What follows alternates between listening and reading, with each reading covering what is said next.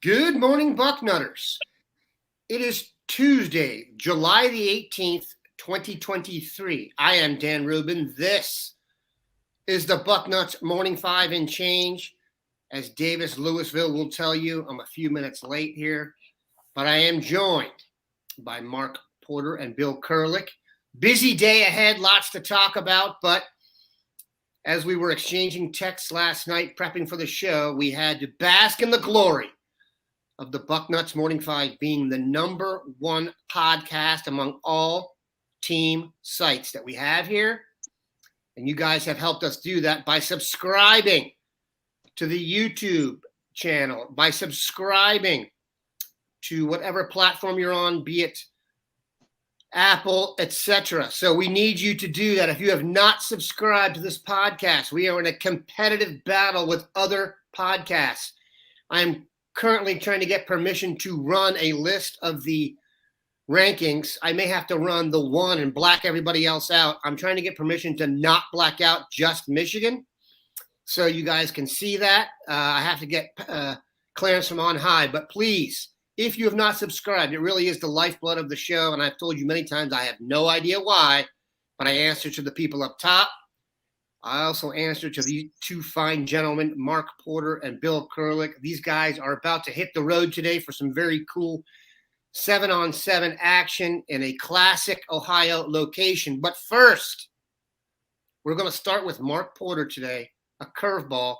We usually give Mark about 3 minutes to get his vocal cords warmed up as Bill chuckles at the inference. But we had a thing up the other day or yesterday, the offer evaluation, albeit a tad late, for Dylan Stewart, the do-it-all defensive wonderkind from my hometown of Washington, D.C., Friendship Collegiate. Was Chase Young here for his visit, the D.C. native and Commanders star, to whisper in his ear? We don't know, but Mark did an evaluation. He's going to let you know how that went and the details, and then Bill will let you know where we are with Dylan Stewart as he's become, if not the top recruit on the board, certainly in the top tier. Mark, what are they going after? Well, we'll start off with some comparisons. And the first one I pointed out, I think some of the other guys in the thread liked, was the Arvell Reese comparison, just going back 1 year. The reason we used the Arvell Reese comparison, and I could have used Josh Perry or Malik Harrison, all these guys had that 6'5", 235-pound frame coming out of high school, is Arvell Reese played middle linebacker last year. And there was a lot of clips of Stewart standing at middle linebacker, showing off the ability to sprint to each sideline, blow gaps, blitz, all that stuff. But he's basically showcasing what an athlete he can be. And he's not going to come in and play middle linebacker. Arvell Reese isn't going to play middle linebacker, but it taught them how to play the game of football from the middle out. They're eventually going to be guys that put their hand down. Arvell's the same type of player where he may be able to drop back in coverage, same as Stewart. So you have these guys that are 6'5", 235 with middle linebacker skills and linebacker abilities that you're going to watch grow into 250, 260-pound edge players. Now, if they're special, they don't lose their explosion, they don't lose their quickness, and then you drop them in the coverage and you got this unbelievably crazy, talented player. If they get heavy and they don't really drop into coverage, or you don't need them to do that, then they put their hand in the dirt and then they're constantly headed, to the quarterback. Right now, it's an either or for Dylan. I don't think he's ever going to be a true Mike linebacker in college, but we'll see him out on the edge.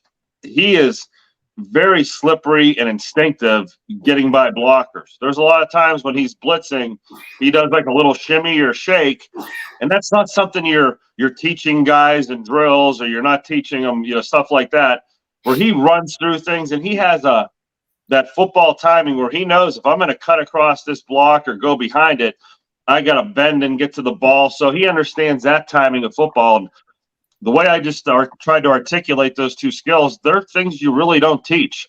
I mean, I can teach you to rip, I can teach you to swim, I can teach you to all those things, but to time up a blitz where you're going to slip a block and beat it across his face or behind the back and still get there, he's doing stuff like that that's very football instinctive. So those are some of the traits I really liked about him. Then obviously you're saying top of the board right now, and that makes sense. There's not another defensive end out there that can do this. And the questions are obviously going to be, Lightfoot, Rudolph, who's better?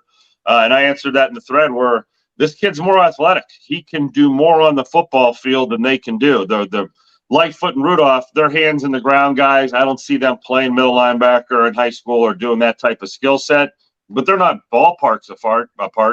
But yeah, definitely Dylan Stewart's bringing some versatility to his seat. Bill, Mark talked about his potential growth here, and if you look at the pictures of him, there are a bunch of them without a shirt. He's not close to being fully developed in terms of his body type. He actually looks a little bit skinny. He's going to be able to carry, especially you get him into the college weight program. He's going to put on 15 to 20 pounds. Do you have a sense, Bill, of where they project him, and then obviously an update on his recruitment, etc.? Yeah, first of all, I should say, tough act when you're following the Grand Poobah there. Here we go. As Dave Piddle has aptly named Mark the Grand Poobah, but I'll try my best here, Grand Poobah. Stop trying to make that stick. It's already stuck. It's in my mind. I'm gonna have to get it. I'm gonna have to get it embroidered underneath the Scouting Ohio logo. Scouting Ohio, Grand Poobah of recruiting. There we go. I think just a big tattoo on your chest should do fine. But yeah, Dylan Stewart. First of all, yeah, he is a guy that is deceptively big. I mean, as I mentioned before, Mark and I marveled at the size of JT Tuimoloau when we were at Ohio State's camp this summer and JT was there. Dylan Stewart doesn't necessarily, you don't think of him as being that size, but I will tell you, when he was at Ohio State, Dylan Stewart, for his official visit, he looked just as big as JT Tuimoloau. So he's going to be a monster, Dylan Stewart, and I mean that in a very positive way in a year or two. They look at him as somebody that can be a great pass rusher, come off the edge, a defensive end guy, more so than anything else. And he's as good as it gets in the country, in my opinion. You know, as far as where Ohio State is at, I still tend to like the Buckeyes. You know, when he left Ohio State, it looked really, really good for Ohio State. South Carolina did get him to their campus on a visit and tried to move the needle a little bit. And I'm not sure that they did. I still, have my crystal ball on Ohio State for Dylan Stewart. But again, he hasn't even announced when he is going to announce yet. And as we're going to talk about, there are some big announcements coming up, but Dylan Stewart hasn't entered himself into that fray yet of tagging when he's going to announce. So, we'll have to wait and see. I'm feeling pretty good about it. We shall see. I'm not going to say anything about South Carolina for fear of people parking outside my house, given what happened last time. But like you said, Bill, there's some other big time commitments coming up here with the kind of the defensive side of the ball coming clear. Your thoughts on the potpourri of dudes, the Eddrick Houstons, the Aaron Scotts, the Kyngstonn Viliamu-Asas of the world? Yeah, it all kind of starts, at least as of right now, the ones we know that have said they're going to announce at a certain day or on a certain day. That starts on Thursday, July 20. It starts with a couple guys that aren't really mentioned a lot, and it's because they're not in all likelihood going to end up at Ohio State, and in both cases they haven't even made official visits to Ohio State to this point. But still, I should mention them. On Thursday, Deontay Robinson, the big defensive tackle from Florida, announces, as does Brandon Jacob, the safety from Florida. So those two announcements come Thursday. Again, they haven't made official visits yet to Ohio State, and it's not known if that will ever happen. Will they ever make an official visit to Ohio State? But they do have announcements on Thursday. Then on June 21st, which I believe is Friday, that's a big one. Edwin Spillman, the linebacker from Tennessee, is announcing, and it's either going to be Ohio State or Tennessee. I think most people feel Tennessee, but again, I don't count Ohio State out of that necessarily at this point. July 22nd, Corian Gibson the safety, defensive back, cornerback, that is probably going to announce between Ohio State, Clemson, and maybe Texas. That comes on July 22nd. And by the way, an underclassman is announcing then too. Jamie French, the wide receiver from Florida, is announcing that day as well. That seems likely to go Alabama's way at this point. And then on July 23rd, that certainly is a huge one. As you mentioned, Kyngstonn Viliamu-Asa is announcing July 23rd. Right now, my sense is Ohio State I'd give them a slight edge over Notre Dame. The other school, of course, in the mix is USC. That he made an official visit to. But I give the Buckeyes a little edge there over Notre Dame. But we'll see. Kyngstonn, last I knew, and this was fairly recently, had not told the schools of his decision. Sometimes they tell the schools in advance, I'm going to this school or that school. And as of recently, he had not done that yet. Then, of course, you've got July 30th. That's a big one. That's Aaron Scott. And, we know that one is Ohio State, Michigan, or Oregon. I think it's Ohio State or Michigan, and I'm still going with Ohio State on that one. We've got August 5th, another huge one. KJ Bolden is making his announcement. And then we get into September, or I should say August 22nd first, Eddrick Houston. Then we get into September and Nigel Smith announcing his decision. Boy, the defensive guys, if they get together and try and backload this for the Buckeyes, there's certainly an extended amount of pressure during the recruiting process here for the defensive side of the ball. Although I have seen in some places some real optimism, Bill, that they'll get all of them. I'm not going to go there. It sounds like a couple of the guys who are making announcements are leaving the Buckeyes in there so they have a nice fancy hat to compete with the other one for PR purposes there on the table. Let's be honest, the Buckeyes do carry some clout. All right, we're going to take a quick break here at the 12-minute mark and come back and answer some questions here from the posse. And then we will finish the day with our guys revealing their plans. All right, Mark, this one's for you. You had a chance to see Peyton Pierce. That video is if I can get the question to come up here. There we go. From Mellow number 7. I can't wait to see how high Peyton Pierce moves up. He didn't even play his junior year. All the film that we see is from his sophomore season. You did an evaluation of him. Your thoughts, given the fact that he's bigger, stronger, and faster now, we think. Yeah, you will see a jump, and I always see a jump from all sophomore to junior tape, but now the jump's going to be from a sophomore to a senior tape. So if there's not an explosive jump or a player who looks totally different, then I would be concerned because you can see it year to year. That's Bill and I talk about this all the time. We go to Ohio State camp, we watch a kid in sophomore year, yeah, he's good. Junior year, you come back and you do the double take as he walks by and goes, wow. And it's just that age. It's that 15 to 18-year-old time frame, maybe 14 to 18 where kids really make that jump. So, yeah, he'll make a difference. I pointed out when I did the film, I liked seeing him at running back, and you saw a glimpse of the athletic ability, what he's going to look like in the open field. And when he turns it loose, what's he look like at full speed? There were a lot of things to like about him in the middle of that defense, being a middle linebacker, like a true throwback Mike linebacker type. He really had some toughness there. So, as you know, probably first 3 games in the season, that'll be one of the breakdowns we're doing because we'll be following all these guys closely. Yeah, Pierce is kind of that classic Texas, big, tough middle linebacker, best athlete in town. Obviously not going to play running back in college, but you certainly want to make everyone on the other team try and tackle him a few times to make sure they've been in the weight room. Here's another one. Bill, handle this one for us. Can you talk about Taiwan Malone when he was a prospect and what you may see for the future for him at Ohio State? Lest we forget, Taiwan Malone, and this was the most of all the guys we've done in recruiting, that's a stretch. Seeing Taiwan Malone as the number 3 hitter on a baseball team was unbelievable. So he went to Ole Miss, obviously, to try and do both, and has given up on the idea of being a baseball player and a football player. I imagine now that he's focused solely on football, the sky is the limit, Bill. But based on what you knew of him as a prospect and kind of his decision to solely focus on football, what are your expectations for the big New Jersey native?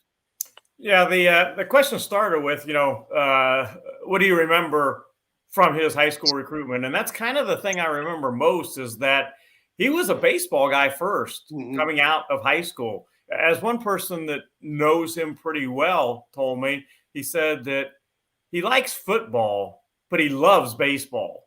And when you go to college to play at a big-time program, play in the SEC or at Ohio State, for instance, and football is not your first love, that's going to make it a little tougher, a lot tougher, actually. So that is one of the reasons I think that the future, the ceiling can be pretty high for Taiwan Malone, because now baseball's out of the mixture, or out of the picture. He's not going to do baseball at Ohio State. He's going to concentrate on football. And now you've got a very talented, very big, very skilled athlete in the middle of your defensive line that's decided he's going to concentrate on your sport, and you get him in your program, you get him working with Mickey Marotti, and you get him coached by the Ohio State staff and all that. And I think the potential is high there because of all of that. I sometimes read these comments and chuckle to myself, but I digress, as obviously I do. Okay. Let's move on to some questions here. Let's see if I can give anyone. Oh, Bill, you got some fans here. All right, look at this. I think we're going to need to ask Chad if he's Googled that. I think Pooba is Pooba. And God forbid I would correct someone on something like that. But too late, Mark. It's there. Yeah, it's like I said. The internet always wins. Yeah. It's the power. It's the mighty pen. The pen is more powerful than the sword. Oh, look. Chad, I jumped ahead. You did correct this, sir. And that earns you a question. Dan, which is me. Can you ask the Pooba, spelled beautifully and in quotes, who he's most looking forward to watching this year out of the 2025 guys? Maybe the top three in Ohio. 2025, the first name I always hear is Dorian Brew out of Northmont. Two-way guy, I think, has settled in at defensive back. And let me tell you something. If you were going to design a defensive back physically in a lab, Dorian Brew is the guy you'd come up with, Mark. Let's hear about Dorian and a couple other guys. Yeah, Dorian on defense is special because he's got the long receiver build, which most offensive coaches don't ever let that guy see the defensive light of day. We got to remember there are some big-time guys in this class that Ohio State's already offered. Marquise Davis, one of the fastest players in Ohio out of Cleveland Heights, running back or defensive back. Shaker Heights, Trey McNutt. He's one of the best defensive backs in Ohio. He'll come play safety or maybe have some corner skills to him. Carter Lowe, the offensive tackle out of Whitmer, saw him a couple months ago, and boy, he really looked good. I mean, he's kind of growing into his body. All of those young linemen are like those young puppy dogs with the big paws when you see them as freshmen and sophomores, and they're kind of flopping around, and but he's starting to grow into his own where he's looking like a real dog. Bo Jackson, I know Bill and I tried to see him multiple times last year and only caught glimpses. He was in and out of the lineup. Sometimes the games were blowouts, and if you didn't get there in time, he, took over or, was out of the game. Justin Mark, Hill. hold on one second. I'm going to give Mellow 7 some credit here. I was going to say he kind of looks like a young Jalen Ramsey. Now, God knows that's not physically long term, but he does have that kind of frame. Dan, I got to interject a name into this equation here real quick. When I think now of the top 2-3 guys in Ohio for 2025, the guy that's got to be there after what I saw this summer, absolutely has to be there along with Dorian Brew, is Tavian St. Clair. I mean, he's got to be in your top 2 or 3, in my opinion. He's that good. I could see him at number 1 even. I mean, I really think Tavian St. Clair is a great prospect. Yeah, and even Ryan Montgomery, as I'm looking at the list, like when he asked this question for 2025, I'm like, boy, a lot of these names we've really been over and over for a while now. I feel like we've been scouting Ryan Montgomery since he was playing 8U flag football. So a lot of these guys like St. Clair, there's other names out there. The Penning kid from Anderson, the tight end, Brandon Caesar, Cleveland Heights. There'll be other guys that kind of the word blow up comes to mind or stock goes up on. Nolan Davenport, Jameer Scott at Mount Healthy we saw this summer. These guys have all had Buckeye coaches in to see them or work them out, or they've been at camp. So I think we just gave you maybe 10 or 15 names, and half of them have offers already from Ohio State. So which one am I most excited to see? I usually don't know that until I see him and say, wow, that kid made a huge jump, or there's something about him that's different. Dorian Brew. Jaden Clark over at Northmont is another big offensive lineman. He wasn't much different than Carter Lowe. Carter's better than him, but I wouldn't be surprised if Jaden grew up to be a pretty good offensive lineman in the next year or so. I mean, I could go down my list for a half hour if we wanted. We could do a whole podcast about 25 and when we get on the road. But today, we're probably going to see a few 25s for Springfield and Glenville and Mansfield, and I don't want to preview what we're doing, but we'll get to that. Real quick, Mark's talking about seeing these guys come up the season. People may not realize the season starts early this year. August 18th is the first high school game. And in fact, there's going to be a pretty darn good game right in my neighborhood here. I live right down the road from Olentangy High School, and Toledo Whitmer travels to Olentangy High School. Carter Lowe, Toledo Whitmer at Olentangy High School on August 18th. And of course, they'll be going against Brunkenmeyer,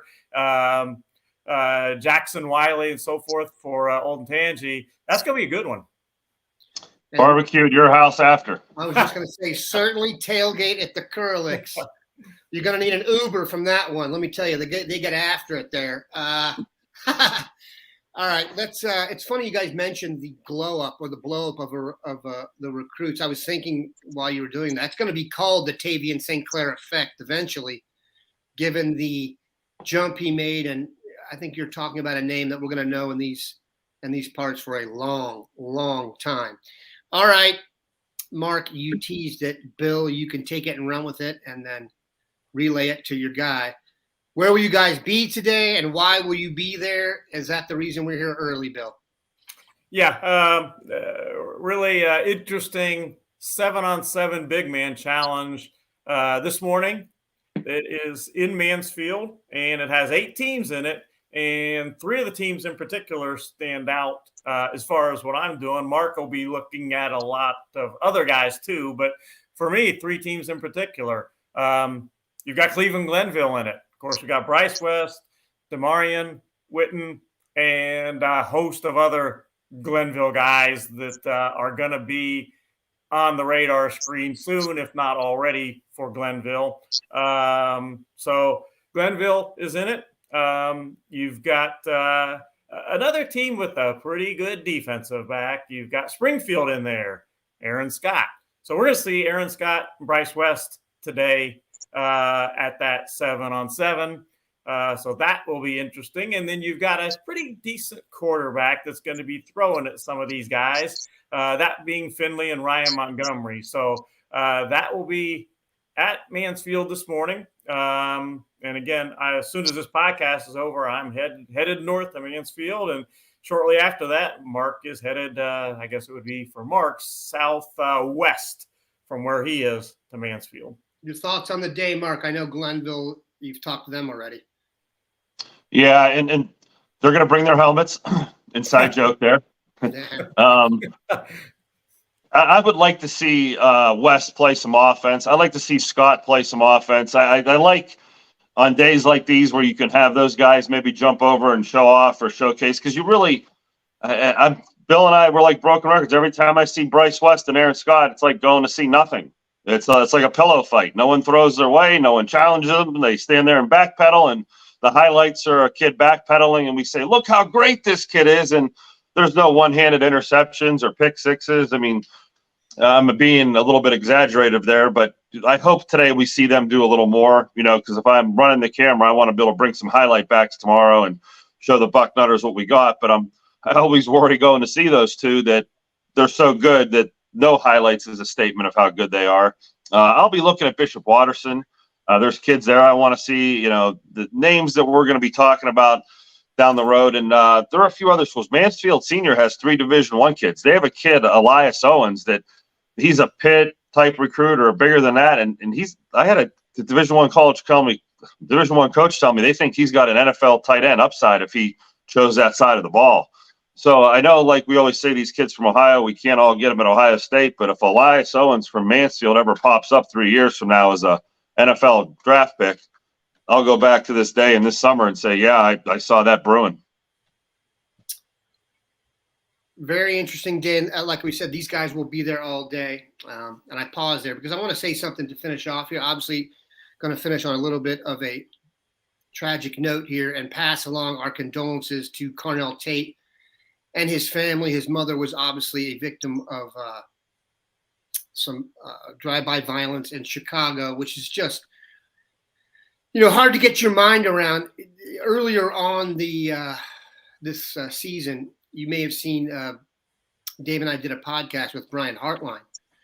And in that podcast, we talked about the foundation get-together in which Mr. Bucknuts and I had a chance to meet Carnell for the first time in person. And look, when you meet a kid who's going to be playing at Ohio State from the physical perspective, obviously they're about the most impressive human beings you can see in person. But Carnell had the biggest smile. He walked up to us and was just wise beyond his years and just a great kid. And the idea of going to college and realizing your dream and having your mom pass away before the first game, and Lord knows all that he's put into that, it's just such an unbelievable tragedy for Carnell. I think this is one of those times he'll find out, and I'm sure you know this, that the Ohio State support system is tremendous. And they've dealt with a lot of tragedy here. If, you get 100 and some odd people in a room for an extended period of time, life gets in the way, man. And just so brutal that, I had children around Carnell's age, and the idea of having to go through this with them at some point in time like this is just unbelievable. He's just a tremendous kid, man. Like, just an awesome guy. Was raised beautifully, and we cannot pass along our condolences strongly enough for Carnell and what he has to face this season and having to grow up even earlier than he already has. So don't like to end the show, obviously, on a dour note, but we needed to say that because just a tremendous tragedy for a young man to face in his freshman year in college. So we're happy that the Buckeye family is there to support him. And, our thoughts and prayers go out to Carnell and his family. Have a good one, Bucknutters.